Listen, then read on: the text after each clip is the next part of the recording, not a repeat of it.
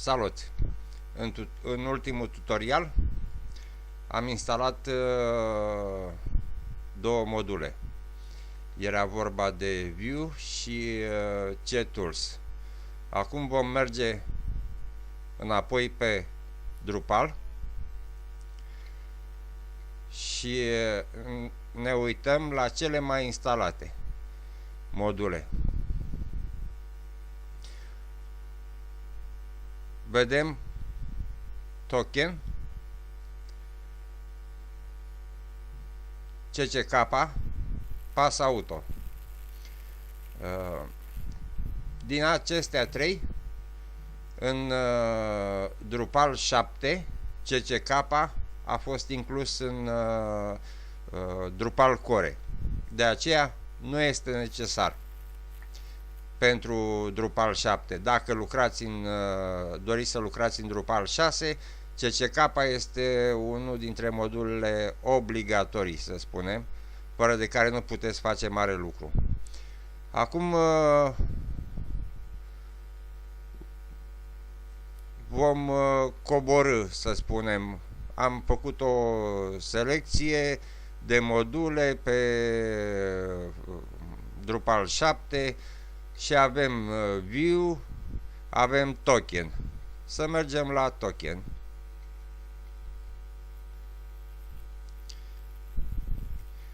Și îl downloadăm. Îl salvăm. S-a downloadat. E foarte mic modulul. Ne reîntoarcem înapoi și vedem Pass Auto. Dacă vă uitați, sunt în strânsă legătură unul cu celălalt. Sunt cerințe, să spunem așa, pe care trebuie să le îndeplinești pentru a putea funcționa. Și downloadăm și aici modulul. Îl salvăm. Și acum iar ne reîntoarcem înapoi.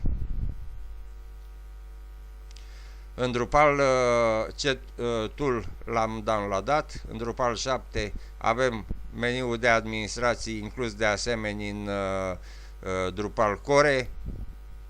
Noi deja îl avem. În Drupal 6 apare sub forma aceasta, cum îl vedeți, cu un meniu dintre acesta care se desfășoară pe mai multe nivele.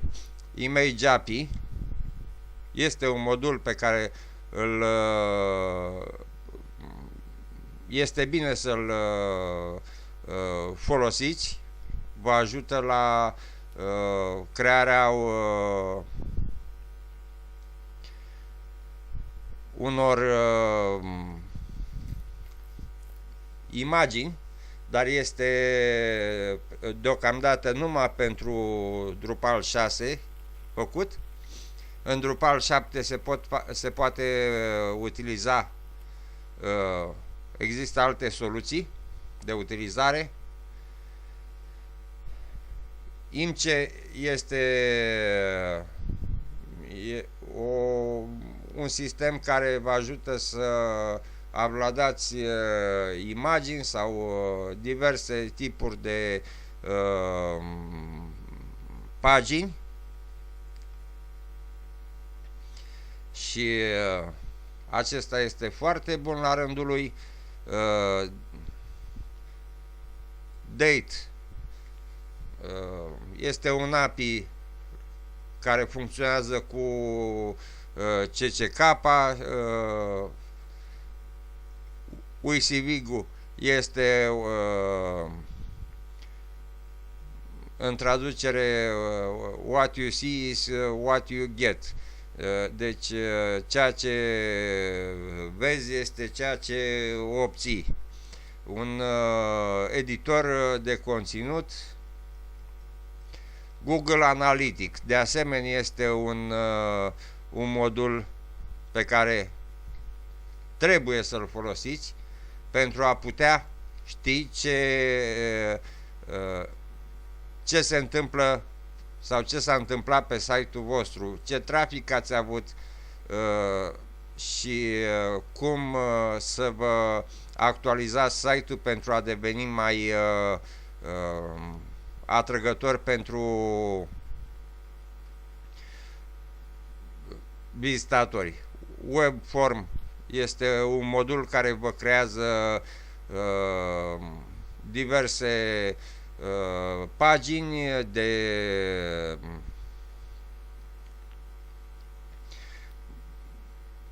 întrebări și tot felul de cereri. jQuery, bănuiesc că știe toată lumea ce este. Vom mai lua Advanced Help, care este de asemenea pentru Drupal 7 un modul important.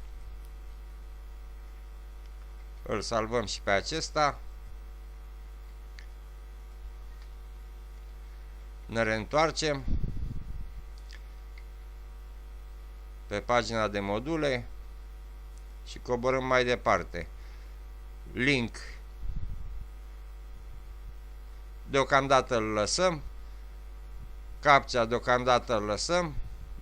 Backup and Migrate este un modul foarte bun, dar nu face parte din primele module necesare și ne oprim la panel. Backup and Migrate este un modul necesar pentru a asigura backup-ul site-ului, pentru a vă asigura că nu vă pierdeți munca, dar acela se va instala mai târziu, în momentul în care site-ul este aproape gata. Să ne mulțumim cu acestea. Sunt 5 module pe care le-am downloadat, acum trebuie instalate.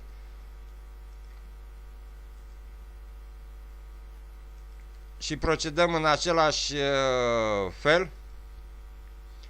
Le ducem în WAMP, www.mysite, sites, all, modul. Ok. S-a downloadat. Următorul, pas auto. Select all, extract to.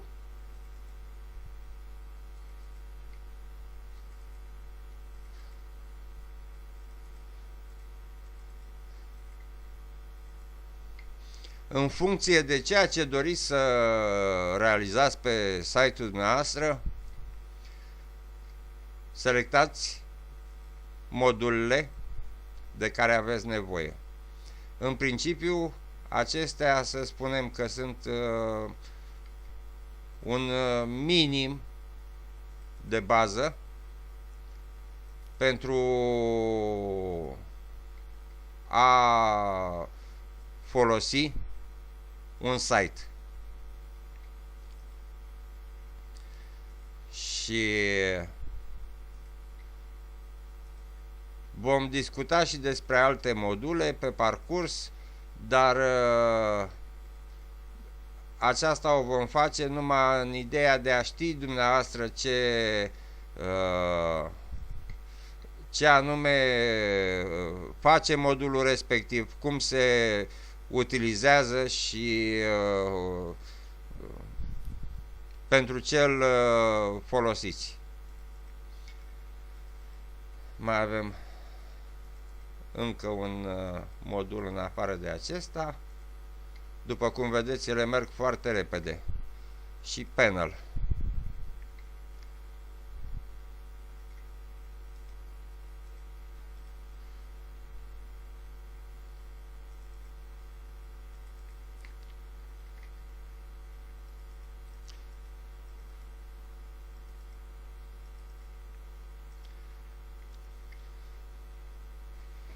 Este bine ca întotdeauna când vă apucați să luați,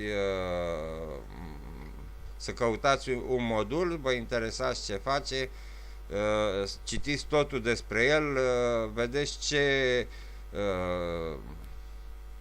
presupune acel modul, cu ce alte module se leagă. Acum deschidem site-ul unde am rămas și dăm un mai apăsăm o dată pe module sau îi dăm un refresh la pagina de module. În momentul acesta Drupal Core vede modulele pe care noi le-am dezarhivat și le-am pus în folderul respectiv. Și coborâm în jos, am găsit cetul, Advanced Help,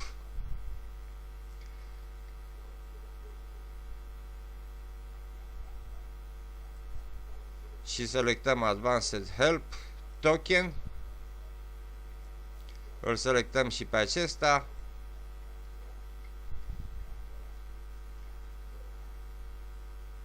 Panel, îl selectăm și pe acesta pentru că o putem face. Google Analytics de asemenea.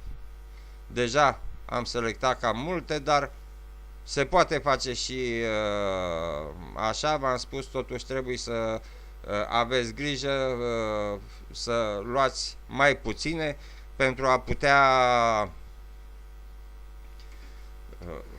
să se încadreze în termenul de 30 de secunde, să nu vă dea eroare la instalare. Drupalul este un sistem foarte bun, dar foarte pretențios. Sunt foarte multe, deja vedeți că ne dă o eroare, dar ne reîntoarcem la module. El ne anunță că există o eroare, ne întoarcem la module și în momentul acesta deja ele sunt, le vedem că sunt salvate, sunt setate, sunt funcționale, dar cum vă spuneam, nu prea îi place să selectezi mai multe module odată, pentru că pot intra în momentul instalării în conflict unul cu altul. Acum urmează partea a doua și putem selecta Mini Panel, Panel Nodes, Panel in Place Editor. Să vedem. Salvăm. Probabil că mai sunt câteva pe care nu le-am selectat. Dumneavoastră le luați pe fiecare în parte în funcție de cerințele care sunt. Vă uitați să fie totul pe verde de preferință. În momentul de față nu lipsește niciun modul care să fie strict necesar. Da, s-a întâmplat aceeași lucru, am băgat prea multe, îi dăm un refresh, retry. Este bine ca dumneavoastră să puneți câte un singur modul sau submodul, să instalați câte o singură piesă pentru a nu apărea astfel de probleme. Vom continua cu următorul tutorial.